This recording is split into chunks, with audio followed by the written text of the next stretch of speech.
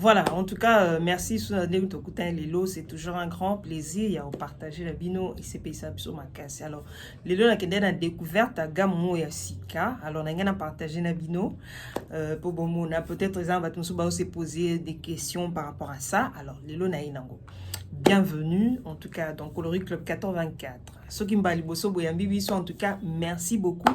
Et n'oubliez pas de s'abonner au Tikalana Bisso pour Olandaka, nouvelle chaque fois. Kobo Saint-Pété, il n'y a aucune de visiter les autres réseaux. En tout cas, nous sommes là. Alors, autres Alarana Bino déjà, en tout cas, merci beaucoup pour votre soutien. C'est toujours un grand plaisir. Et ça, le Rabisso toujours bien. Il y a Oyebake, Bozana Bisso, en tout cas, merci beaucoup. Alors, les longs des Gamabaki n'a pas été solo, il y a Gam, Moko, il y a Sika. Yango pe na nango to partager na bino ezabongo gamme oyo 99% 90% ya vitamine C ezabongo gamme ya fruit of Wokali, fruit de Wokali je crois. En tout cas yango na bino lelo to solo là to ye bandeni to kiko sala juste après ça.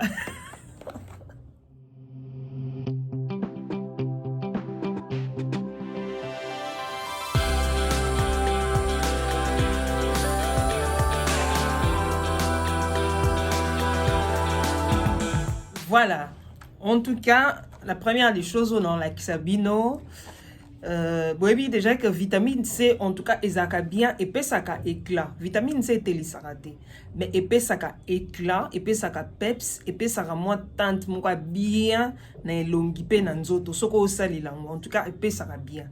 En tout cas, bah, pendant la Kisabino, n'habite que zapone telisa, ou bien pone indisa, non. Éclaircissant bien sûr, mais les éclaircissants besoin d'être au cansarate aux oiseaux na biso échangé. Non, ce sont des produits éclaircissants. On se limite là. Ce ne sont pas des produits blanchissants. Toyokani j'espère. Les éclaircissants. Alors, les lots n'a sauté, mais je crois j'ai 7 produits. Je crois 2 ou 3 produits des Anga pour Eco qui ça met. Oh, ils ont déjà gamme, c'est très important au coco salé. Nazwaki bah ni na msouté parce que ça y a ma colo, ça j'ai pas pris na ma beaucoup. C'est seulement ça qui pourra manquer na gamme ou.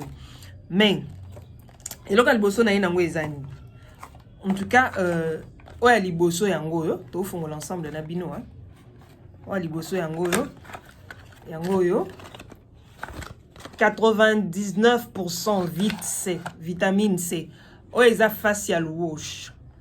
Ils ont crème nettoyante, gel nettoyant visage. Donc après, ce qu'on s'est démaquillé, on est basali là. Et ça mis bon on a vitamine C, ils ont acide hyaluronique, ils ont anti-âge, vraiment c'est top, topissime. Ce qu'on s'est salé en tout cas au CP là nango makasi. Ils ont nettoyé bien, ils ont longola vraiment salité bien à elongi. Voilà.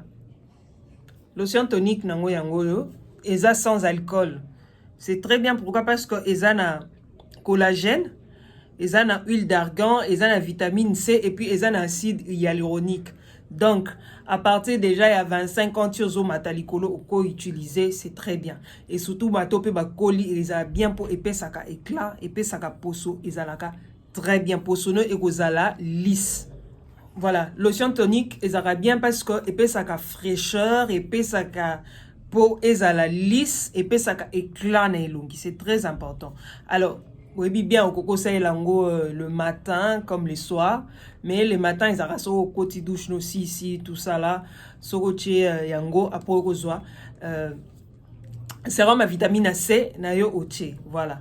Donc, ça aussi, sur le chocolat, aux huiles, si sur le chocolat, aux huiles, oche, lotion tonique, non. C'est pour tout type de peau. Ils ont dit que non, peau est réservée, pour réserver. Non, c'est pour tout type de peau. Alors, à part ça, de quoi, toi, on a sérum, hein. Voilà. Oh, il y a sérum. Il y a sérum nango, il y a vitamine C. Sérum. Oui, bien, sérum, ils ont bien peu popé ça là. En tout cas, ils ont bien parce que ils ont la vitamine C. Oh, il y a sérum nango. Bien nango sous ils ont que ils ont na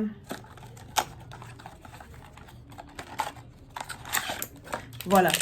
Oh, ils ont huile. huile nango, huile ya vitamine C. Huile, hein? Huile pèsera bien parce que pèse éclat au ko mélangeant on a n'importe quelle lotion.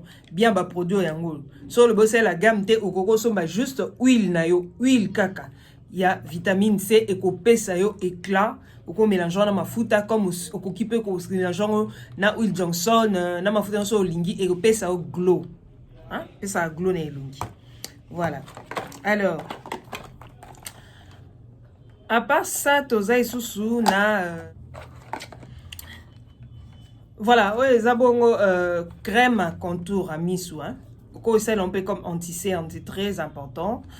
En tout cas, et aider à ce que bah cerne ils organisent à miso, bah poche ils organisent à miso, contour à miso, voilà. Crème nango au coco salila. Alors à part ça, toza isusu na crème il y a visage. Ils ont toujours crème à visage, mais pendant longola bah ride kolongola ba kopesa tan na yo ezala bien yango crème nango yango to salila. Voilà. À part ça, ezali sous na crème nuit, crème jour pesali, hein. Vous en faites pas. Ezali bien la crème jour nango. Voilà.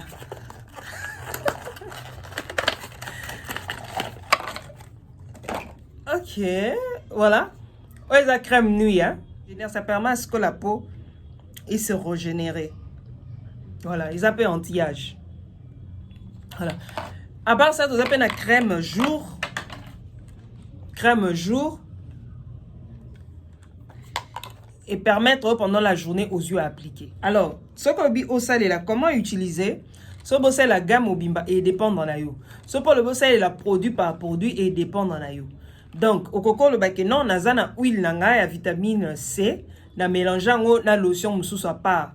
Ça va aider toujours la peau. Aux obligés aussi la gamme T, c'est très important.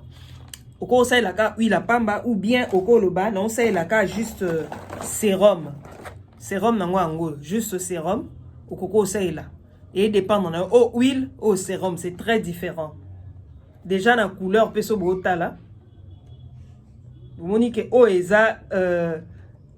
jaune makasi par rapport à eau. C'est très différent. Alors, il y a la vitamine C 99%, donc 99% des tolobaka. Donc, il y a juste déjà donc vitamine C. Donc, 99% et ça l'a mis bon on a orange. Et ça mis bon on a orange. C'est très important. Et ça bon orange en tout cas, c'est très important. Moutounion sa coco au salé là. Alors, ndeno ko salé là. Ndeka d'habitude au rosoir. Ou bandeli na ni nettoyant na yo yango. Donc, on s'est démaquillé, aux huiles gel nettoyant na on nettoyer longi, au rosoir. Lotion tonique na o appliqué. Aussi ici aux huiles sérum non, il y a vitamine C o appliqué, c'est pour le visage. Et puis au rosoir crème jour na yo aux huiles o appliqué et dépend na yo par après au tché anti-solaire na yo et dépend na yo. Par contre pour nzoto lotion ezali oyo kozwana huile na yo ya vitamine C pour les corps. Ozui huile na yo ya vitamine C opakoli po na nzoto. En tout cas epesa o tante moko ya bien. Oza mutu mwindo za mundele oko osalela. Ça ne dérange pas. Tout type de peau, on a précisé tout type de peau. Et andenge yo oko salela. Ngoso po lingo mélanger dans le produit mususu et dépendre non mais c'est très important. Au coco c'est la gamme comme au coco c'est la gamme et dépendre na choix na yo. Vous êtes obligé de. OK? Voilà, c'est disponible aussi. Bato batu nakatunako non ozonde nini sina ici binoso za na RDC c'est possible. Mais si tu es en dehors de la RDC, OK na ba boutique à cosmétique partout bokoza. Surtout na France, na ba boutique à cosmétique bokozwango partout ezali. Mais par rapport à RDC, par rapport il y a RDC Wanande na koki kotinda facilement sur za RDC quelle que soit la province en tout cas okozwa produit na. Alors, merci Nabino en tout cas le lot soutien. Tu l'as bien formé au soutien. Bobo santé, bo s'abonner, bo liker, bo partager comme d'habitude. Mais bato ba songi pena bato matumbo liboaka toujours ko tumbo la. Bo lemba te nga pena lemba binote. Pour na bino ba congolais bo mesanga ko finga te loko finga te oyeka ko déposer au fingi OK. Et généralement, ça ne vous gêne pas. Tu viens sur les murs de quelqu'un, tu écris des bêtises et puis tu t'en vas. Tu m'as jamais vu sur ton mur, mais tu viens, tu écris des histoires qui ne sont même pas intéressantes et puis tu t'en vas. Je ne suis pas obligée. Je ne suis pas obligée de faire ta volonté. Moi, je m'en fous. En tout cas, je ne suis pas obligée de faire ta volonté. Il faut retenir ça. Quel que soit l'endroit où tu es, moi, je m'en fous. Je ne suis pas obligée. Ok. J'espère que tu as gagné alors. Merci Nabino. En tout cas, merci Nabino. Tu as prochainement pour na numéro. Tu as fort. Mais lelo. Ah, neto suki. Bye.